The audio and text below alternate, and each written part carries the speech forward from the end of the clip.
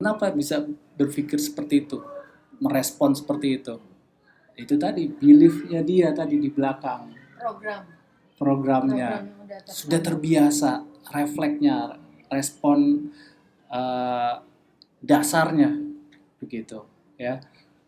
Jadi sekali lagi siapanya ini perlu kita sadari sama-sama ya, tidak ada batasan usia ataupun pekerjaan ataupun latar belakang, nggak ada sama sekali, nggak ada hubungannya ya. Nah lalu gimana sih caranya supaya kita bisa mereprogram pikiran kita? Yang pertama dibutuhkan adalah kesadaran, awareness kalau istilah asingnya gitu ya. Nanti kita latih juga. Makanya nanti di sini kita akan adakan sesi latihan juga. Nah, latihan ini kan kayak orang jadi petinju lah. Untuk jadi petinju dia kan harus latihan terus kan. Atau mau jadi pemain badminton, main bola, latihan. Gak ada yang bisa main bola atau jadi petinju tanpa latihan. Gak mungkin jadi juara juga. Baru naik ring sekali pukul jatuh. Iya kan? Habis latihan terus repetisi, diulang terus. Kenapa? Supaya jadi habit, jadi kebiasaan, jadi program lagi. Repetisi itu usaha 7 kali 3 kali 7 kali 3 gitu. Repetisi ulangan, berulang-ulang, diulang lagi. Jadi rutin. Contoh, misalnya kayak ibu yang bikin ayam, itu kan udah sering, nah itu direpetisi diulang-ulang, jadi akhirnya udah hafal jadi program. Sama, jadi kayak program itu sama kayak kita bangun tidur, kan otomatis kita udah refleks tuh cuma nyalain, pasti buka pintu, terus langsung refleks kan nyalain lampu, itu udah program. Artinya pikiran kita bisa kita program, gitu loh. Yang udah lama kita bisa ganti dengan program yang baru. Artinya itu, jadi membentuk program baru dalam pikiran kita. Ini stepnya sebelum konsisten. Ya, sebelum konsisten. Jadi repetisi. Pengulangan. Sama lah kayak misalnya kita buka kulkas, pasti refleksnya nanti nutup kulkas. Iya. Ya kan? Itu kan udah terprogram. Iya. Otomatis masuk itu udah pasti langsung otomatis nih. Kadang lupa, tadi lampu udah dimatiin, belum pas balik udah dimatiin, padahal kan kita udah refleks tadi. Iya. Nah itu gitu. Itu program dalam pikiran kita. Refleks. Nah tujuannya nanti kita lakukan latihan dan repetisi dan konsisten agar yang positif itu jadi program dasarnya kita, menggantikan program lama kita. Itu sih tujuannya nanti. Ya. Misalnya bisa kasih contoh. Nanti ada contohnya. Nanti ada contohnya dengan latihan juga biar lebih real masuk. gitu ya, biar lebih real. Jadi penasaran nih. Siap. Biar lebih real gitu ya. Oke, lanjut. Nah, apa itu keyakinan belief? Kita sudah pernah singgung di beberapa pertemuan sebelumnya ya, bahwa keyakinan atau belief itu adalah cerita yang kita percayai tentang diri kita dan dunia lingkungan kita. Itu dari mana keyakinan dan belief itu? Ya dari keluarga, ya dari kita 0 sampai 7 tahun itu awalnya tuh. Jadi kalau nanti kayak Andri nih ya, pengen punya anak umur 0 sampai 7 tahun itu nanti masa kemasan otak anak itu kayak spons, dia akan menyerap semua. Begitu orang tuanya ngomong A, dia pasti ikut ngomong A. Kalau orang tuanya ngasih stimulasi, kasih drum, dia pasti ntar jadi pemain drum hebat. Kasih piano, dia jadi pemain piano. Gitu ya. Diprogram lah di umur-umur itu. Karena itu golden age spons, dia menyerap semua. Menyerap dari orang tua, dari ibu, begitu lahir dia udah refleks, dipegang sama ibunya, mencari susu dia udah tahu, nggak perlu diajarin. Itu memang program bawaan ilahi, ya nggak perlu diajarin itu. Turunan bapak ya. Turunan bapak. Itu insting dari bapak. itu insting, ya. Nah, terus kita 7 tahun kita di sekolah, lingkungan sekolah, gitu ya. Terus lingkungan kampung misalnya, itu juga membuat belief, ya. Nih, budaya kan kayak budaya misalkan kalau di Betawi sama Jawa, sama Sunda, sama Padang, sama Sumatera mungkin berbeda. Itu bisa juga jadi belief. gitu. Bisa jadi belief, mitologi gitu ya. Gitu. Ini saya kasih beberapa contoh aja nih. Ya, misalkan nih. Nah, ini belief yang membatasi gitu. Jadi kita nggak bebas banget gitu. Bukan berarti kita sebebas-bebasnya, justru ini limiting belief ini yang menjadi blok kita untuk melangkah lebih jauh gitu. Misalkan nih, saya mah orangnya gampang marah, gampang kepicu gitu ya. Itu sebenarnya belief juga. Itu kayak chip yang kita taruh di Oh, otak kita sendiri. betul. Iya.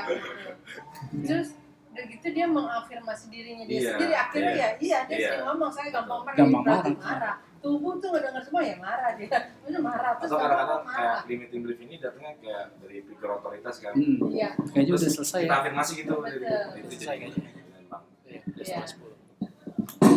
Gak apa-apa atau pakai mic. Udah selesai. Biar pada pakai mic, Pak. Biar orang-orang tahu. Ya, beneran tuh pakai mic aja. Gak apa-apa, udah aman. Saya mau maksudnya lebih gedean lagi saya. Ya. Sudah suara saya gede pakai mic gitu. Pakai mic aja enggak apa-apa. Gitu ya. Lucu pakai mic lu enggak kedengeran terus lucu maksudnya. Perannya maksudnya. Set. Dapet gitu ya. Jadi ini hati-hati juga nih dengan belief negatif ini ya, limiting belief. Begitu kita mengucapkan atau tanpa mengucapkan pun juga, Karena berpikir aja gitu ya. iya, Betul. 50 miliar sel ini akan menyetujui. Iya. Karena 50 miliar sel kita ini dia akan tunduk atas perintah command order dari program Iya. kepala kita ini. Iya. Iya. Iya. Betul. Kayak contoh kayak Pasti. boleh Gitu dong. boleh malam. Aduh, Buka kayaknya aja. hidup gue gini-gini aja. Nah, Kan gitu. Bisa ya. Akhirnya Iya, gini. iya. iya. Itu udah dari padahal pikiran dalam hati loh. Itu Dia nggak termasuk itu energi negatif juga, Pak. Iya lah. Iya. Ah. Pinter. Setiap pikiran itu punya energi. Keluar sebagai energi.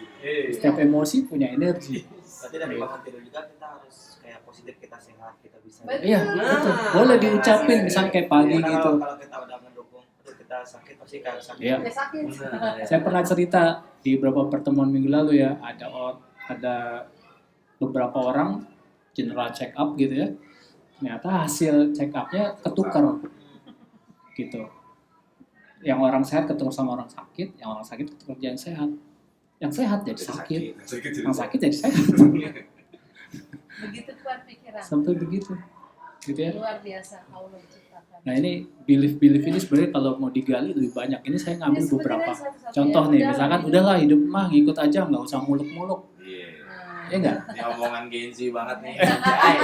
Gua gedek udah kayak begini. Bukan gua banget sih, bukan gua banget. Udah stoik aja, stoik. Stoik Biar ya. adem. Agak belajar gitu. Nah, ini masih nih yang ketiga nih. lagi Kayak- manusia keras. Jangan banyak mimpi aneh-aneh. Ya, mau mimpi juga aneh-aneh mulu. Wah, ada RT ini. Oh, seru nih. Nah ini buat Jadi perempuan nih. stereotype gitu.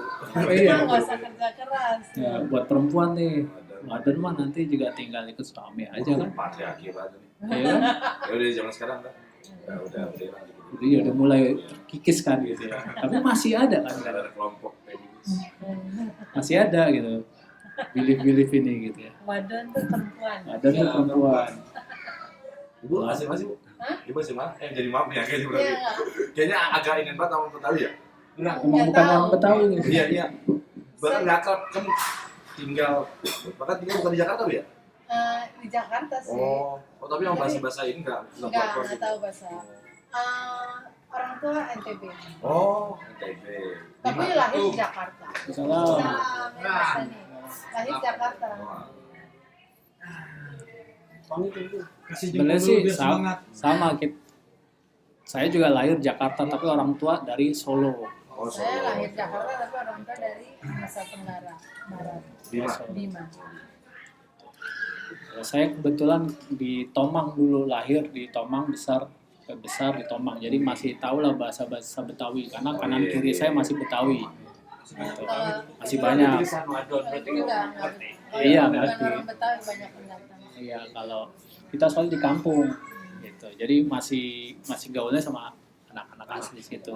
Tomang bahasanya bahasa bahasa Pak Oleh. Yoi. Bapak kita bisa Ah. iya. Oh iya, bapaknya Akbar nih, Tomang. Bapak saya Tanjung Duren. Ayo dulu dia. Saya Tomang, belakang sumber Sering waras. lihat ondel-ondel dah. Gue juga sering di sini. Makanya Tiap hari, tiap malam lewat. Soalnya barongsai. Bodoh. Nah, itu tadi belief yang negatif, belief yang positif nih.